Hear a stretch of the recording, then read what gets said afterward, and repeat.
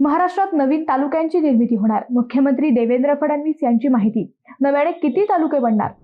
सध्या महाराष्ट्रात 36 जिल्हे आणि 358 तालुके अस्तित्वात आहेत. मात्र राज्यातील भौगोलिकदृष्ट्या मोठ्या जिल्ह्यांचे विभाजन करून नवीन जिल्हे तयार केले जावेत अशी आग्रही मागणी सातत्याने केली जात आहे. सध्याच्या जिल्ह्यांचे विभाजन करून नवीन 22 जिल्हे तयार करणे प्रस्तावित आहेत आणि सध्याच्या 358 तालुक्यांचे विभाजन करून आणखी 49 नवीन तालुके तयार करणे प्रस्तावित आहेत. याबाबतचा प्रस्ताव 10 वर्षांपूर्वीच तयार झालाय, पण अजूनही जिल्हा निर्मितीबाबत आणि तालुका निर्मितीबाबत योग्य तो निर्णय घेतला गेलेला नाही.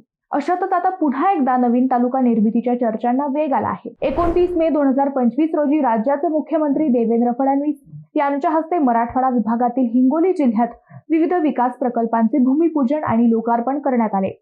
यावेळी मुख्यमंत्री देवेंद्र फडणवीस यांनी नव्या तालुका निर्मितीच्या प्रश्नाला हात घातला. त्यांनी राज्यातील काही नव्या तालुक्यांच्या निर्मितीला चालना दिली जाणार आणि हिंगोली जिल्ह्यातील गोरेगाव आणि आखाडा बाळापूर या नवीन तालुक्यांची निर्मिती होणार असे संकेत दिले आहेत. या कार्यक्रमावेळी मुख्यमंत्री फडणवीस यांनी जिल्ह्यातील गोरेगाव या अप्पर तालुका निर्मितीची घोषणा केली होती आणि या ठिकाणी आता तालुका दर्जाच्या सर्व सोयी सुविधा उपलब्ध करून दिल्या जातील अशी घोषणा केली आहे. एवढंच नाही तर पुढील काळात महाराष्ट्रातील इतर तालुक्यांच्या निर्मितीसोबतच गोरेगाव तालुका बनवला जाईल अशी ही घोषणा त्यांनी यावेळी केली होती. हिंगोलीमध्ये आखाडा बाळापूर तालुक्याबाबत सुद्धा माहिती घेणार असेही आश्वासन मुख्यमंत्री फडणवीस यांनी यावेळी दिलेले आहे.